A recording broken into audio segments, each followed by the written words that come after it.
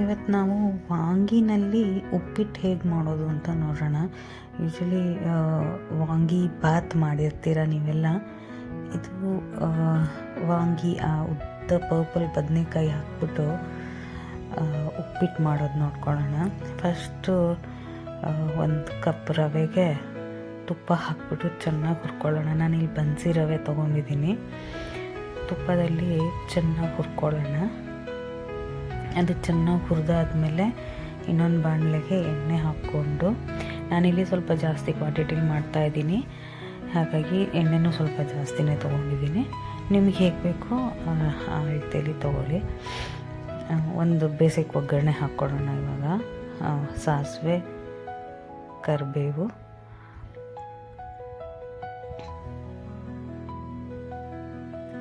ಅದಾದ ನಂತರ ಒಂದು ಸಣ್ಣಗೆ ಹೆಚ್ಚಿದ ಈರುಳ್ಳಿ ಹಾಕ್ಕೊಂಡು ಚೆನ್ನಾಗಿ ಫ್ರೈ ಮಾಡ್ಕೊಳ್ಳೋಣ.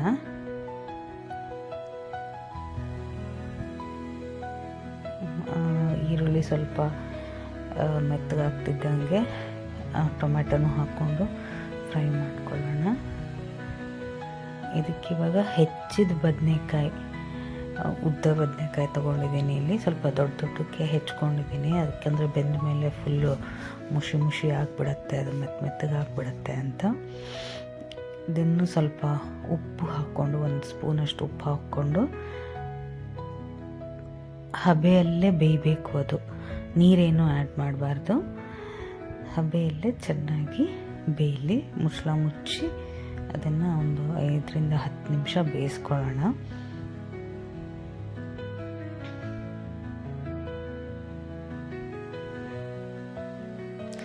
ಅದು ಬದನೆಕಾಯಿನೇನು ಬೇಗನೆ ಬೆಂದ್ಬಿಡುತ್ತೆ. ಬೆಂದಿದೆ ಅಂತ ಗೊತ್ತಾದ ತಕ್ಷಣ ನಾನಿಲ್ಲಿ ಮನೆಯಲ್ಲೇ ಮಾಡಿರುವಂಥ ವಾಂಗಿಬಾತ್ ಪೌಡರ್ನ ಹಾಕ್ತಾಯಿದ್ದೀನಿ. ನೀವು ಬೇಕಾದರೆ ಹೊರಗಡೆ ಸಿಗೋ MTR ಯಾವ್ದು ಬೇಕಾದರೂ ಹಾಕ್ಬೋದು. ಪೌಡರ್ನ ಹಾಕ್ಬಿಟ್ಟು ಚೆನ್ನಾಗಿ ಮಿಕ್ಸ್ ಮಾಡಿ, ಅದಕ್ಕೆ ಎಷ್ಟು ರವೆ ತೊಗೊಂಡಿದ್ದೀರೋ ಅದರ 3ರಷ್ಟು ಬಿಸಿ ನೀರನ್ನು ಹಾಕೋತಾ ಇದ್ದೀನಿ. ನಾನಿಲ್ಲಿ 1 ಲೋಟ ರವೆಗೆ 3 ಲೋಟ ನೀರಷ್ಟು ಹಾಕ್ಕೊಂಡಿದ್ದೀನಿ. ಅದು ಚೆನ್ನಾಗಿ ಕುದ್ದ ಮೇಲೆ ಅದಕ್ಕೊಂದು ಸ್ವಲ್ಪ ಕಾಯಿ ತುರಿ ಹಾಕ್ತಾಯಿದ್ದೀನಿ. ಆಮೇಲೆ ಒಂದು ಸ್ವಲ್ಪ ಹೆಚ್ಚಿದ್ದು ಕೊತ್ತಂಬರಿ ಸೊಪ್ಪು.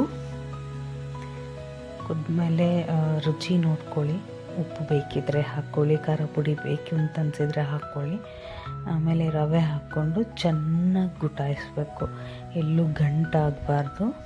ನೀಟಾಗಿ ಅದನ್ನು ಗುಟಾಯಿಸ್ಕೊಂಡು ಮೇಲೆ ಒಂದು ಅರ್ಧ ಲಿಂಬೆಹಣ್ಣು ಹಿಂಡ್ಕೊಂಡು ಮತ್ತೊಂದು 2 ಸ್ಪೂನ್ ತುಪ್ಪ ಹಾಕಿ ಮಿಕ್ಸ್ ಮಾಡಿ ಒಂದು 10 ನಿಮಿಷ ಹಾಗೆ ಸಣ್ಣೂರಲ್ಲಿ ಬಿಟ್ಟರೆ ಚೆನ್ನಾಗಿ ಅರಳ್ಕೊಳ್ಳುತ್ತೆ ಉಪ್ಪಿಟ್ಟು ರವೆ ಎಲ್ಲ. ಆಮೇಲೆ ಬಿಸಿ ಹಾಕ್ಕೊಂಡು ತಿನ್ನೋಕ್ಕೆ ತುಂಬ ಚೆನ್ನಾಗಿರುತ್ತೆ. ಒಂದ್ಸರಿ ಮಾಡಿ ನೋಡಿ, ತುಂಬಾ ಚೆನ್ನಾಗಿರುತ್ತೆ. ವಾಂಗಿಬಾತ್ ಪೌಡರ್ ಮಸಾಲ ಬೇಕು ಅಂದರೆ ನನಗೆ ಹೇಳಿ, ನಾನು ಮಾಡಿ ತೋರಿಸ್ತೀನಿ.